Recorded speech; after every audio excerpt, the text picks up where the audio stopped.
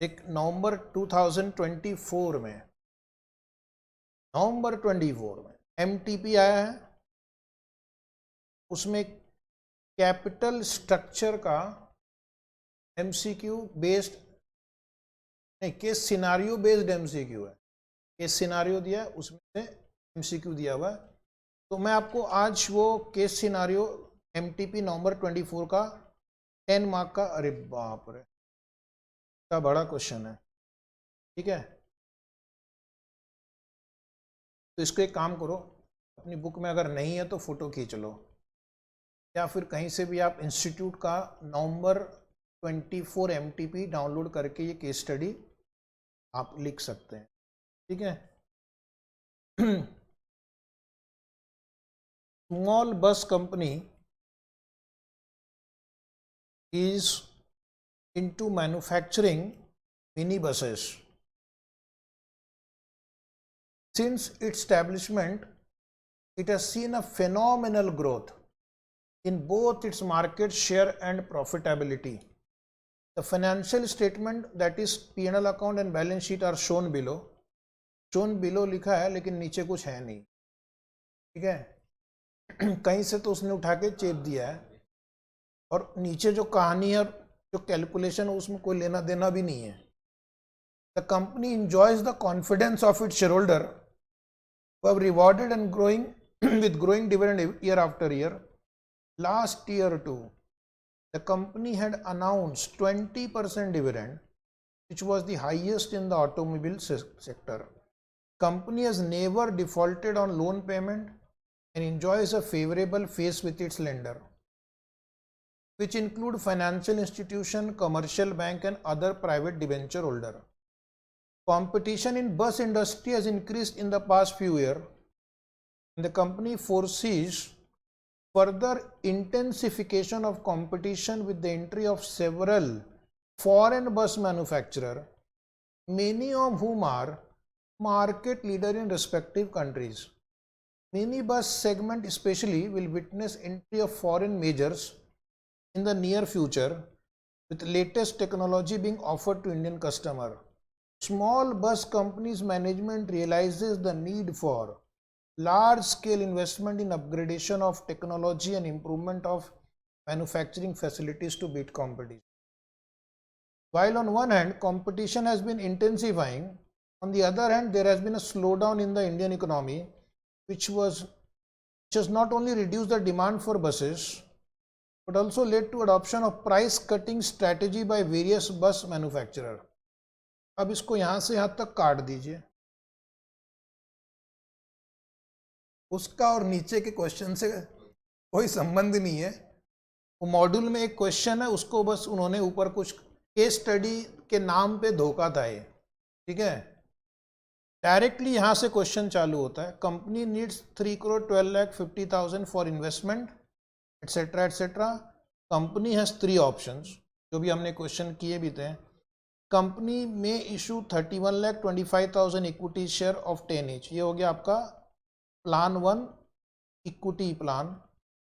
Company में issue 15,62,500 equity share of 10 rupees, यानी 50% equity है और 50% डिबेंचर है, और डिबेंचर पे 9% इंटरेस्ट है। कंपनी में इशू ये वापस 50% इक्विटी है, 50% प्रेफरेंस शेयर है, उस पर डिविडेंड रेट 10% है। Companies EBIT after investment, same question किया है आपने, 37,50,000, tax rate is 40%। Based on the above facts, management of the company asked you to answer question number 1 to 5 MCQ. What is EPS under financial plan 1, 2, 3, मतलब आपको एक table बना के EPS निकालना है, 3 आंसर हो जाएंगे। उसके बाद लिखा है what is the EBIT EPS in difference point between plan 1 and plan 2 और between plan 1 and plan 3, is it right. तो पहले मैं क्या करूँगा, एक टेबल बनाऊंगा, उसमें EPS कैलकुलेट करूँगा। आप लोग थोड़ी मेरी मदद करना, आज आप मेरी मदद करोगे, भगवान तुम्हारी एग्ज़ाम में 2 बजे मदद करेगा, 2 से 5, 3 घंटे पूरे भगवान तुम्हारे पीछे लग जाएगा। Calculation of EPS. Plan 1 all equity, plan 2 equity plus debt, space छोड़ के लिखना प्लान 3 प्लस प्रेफरेंस। इसमें भी अगर कोई गलती करना चाहता है तो उसके लिए स्पेशल टैलेंट होना चाहिए, है?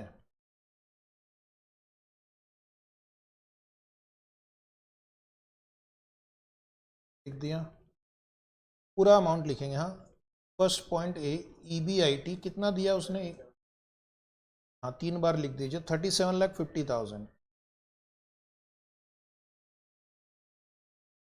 37,50,000 EBIT will not change. Point number B लिखना लेस इंटरेस्ट, इंटरेस्ट सिर्फ सेकेंड वाले प्लान में आएगा, और आपने बोरो किया है 1,56,25,000, देखो जरा, और उस पर रेट ऑफ इंटरेस्ट है 9%। कैलकुलेशन करना, बीच वाले कॉलम में बताना कितना।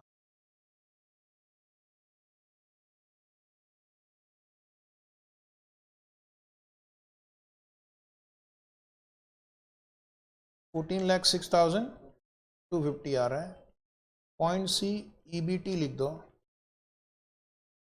ईबीटी 37,50,000, सेकेंड कॉलम में 23,43,750 और 37,50,000। पॉइंट नंबर डी क्या है, टैक्स रेट कितना दिया हुआ है,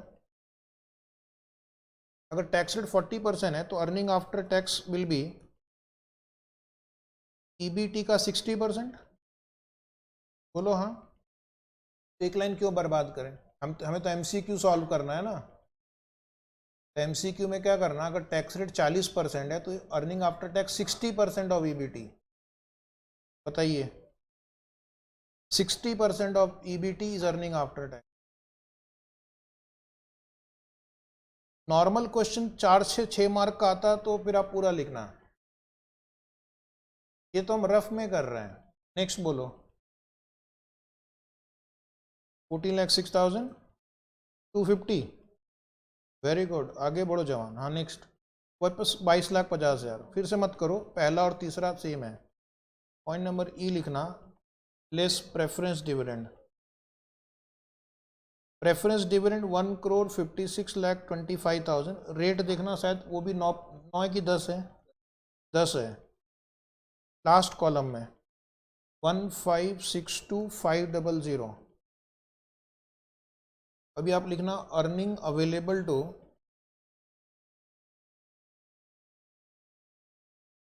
इक्विटी शेयर होल्डर, माइनस करके बताएंगे।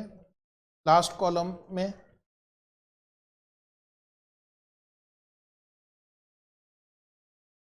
6,87,500 आ रहा है।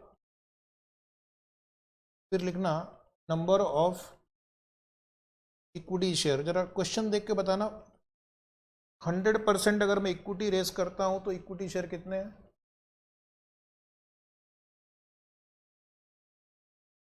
उसमें लिखा रहेगा ना 31,25,000, और अगर 50-50 रेस करता हूं तो 15,62,500 दिया हुआ है।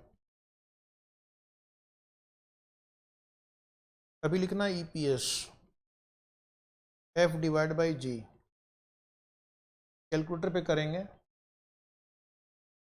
पहले कॉलम में ईपीएस कितना आ रहा है, ये क्वेश्चन नवंबर 2024 एमटीपी का है, तो जनवरी एग्जाम के लिए यूज होगा। 0.71, 0.72 है क्या, 0.72 है, हाँ जी बोलेंगे। 0.90 है, 0.44 है। अभी आप पहला वाला एमसीक्यू पे जाना, पहले वाले एमसीक्यू पे जाएंगे, फर्स्ट वाले पे, ये रहा मेरा फर्स्ट एमसीक्यू। कौन सा टिक करना है आपको, 0.72 टिक कर दो, दूसरा एम कितना था 0.9 टिक कर देंगे, तीसरा कितना था 0.44 था, मैच हो रहा है। और जो चौथा क्वेश्चन है EBIT EPS in difference point between plan 1 and plan 2, लिखना नोटबुक में। प्लान 1 इज इक्विटी प्लान, तो वहां पर मेरा इक्विटी प्लान में EPS होगा EBIT 1 माइनस टैक्स रेट कितना था 0.40, और नंबर ऑफ शेयर कितना था 31,35,000। और यहाँ पे EBIT माइनस प्लान 2 में इंटरेस्ट कितना हमने निकाला था 14,06,250, ये उसी टेबल में मिल जाएगा आपको।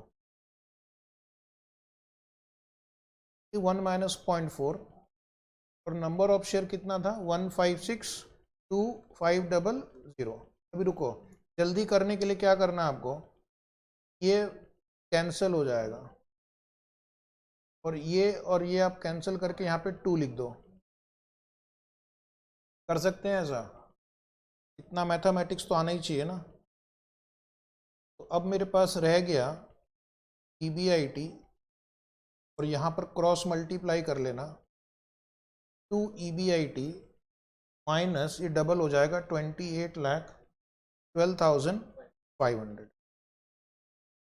इसका मतलब आपका फाइनल आंसर होगा therefore EBIT will be equal to 28,12,500। जरा चेक करते हैं कि हमारे ऑप्शंस में कोई 28,12,500 है क्या। फर्स्ट वाला ऑप्शन है, मैच हो गया। एक और ट्राई करते हैं, प्लान 1 एंड प्लान 3 का लिखिए नोटबुक में। Plan 1 is equity plan, plan 3 is equity and preference plan. Equity plan का इक्वेशन होगा EBIT to 1 minus 0.4 divide by 31,25,000 shares. और प्रेफरेंस प्लान में क्या करेंगे, EBIT into 1 minus 0.4 minus preference dividend कितना था देख के बताना, 1562,500 था और नंबर ऑफ शेयर उसका आधा था ना 1562,500। यहाँ पे 1 माइनस 0.4 1 माइनस 0.4 कैंसिल मत करना, सिर्फ ये दो आपको सिंप्लीफाई करना हो तो 2 कर सकते हैं यहाँ पे, बराबर। ये मेरा आंसर हो गया। इधर मैं EBIT को x मान लेता हूँ, ठीक है, तो ये हो जाएगा 0.6x/2, ये हो जाएगा 0.6x माइनस 1562,500। मैं इसको क्रॉस मल्टीप्लाई करूंगा, 0.6x equal to 1.2x minus 31,25,000, double कर दो। और सिंप्लीफाई करना चाहते हैं तो ये हो जाएगा, हाँ 0.6x equal to 31,25,000, x equal to 31,25,000 divide by 0.6 कितना आ रहा है 2,08,000, 333.33 आ गया। ये ऑप्शन डी मैच हो रहा है एग्जैक्टली पॉइंट के साथ। तो ये 5 आंसर अगर आपने यही टिक किए हैं तो इसका मतलब आपने सही किया है, सही है। तो ये क्वेश्चन उन्होंने केस स्टडी के रूप में पूछ लिया है। पहला पैराग्राफ जो था उसका नीचे के कैलकुलेशन से कोई लेना देना नहीं था, बट उनको एक बैकग्राउंड क्रिएट करना था, कर दिया, ठीक है। So this wonderful chapter is over.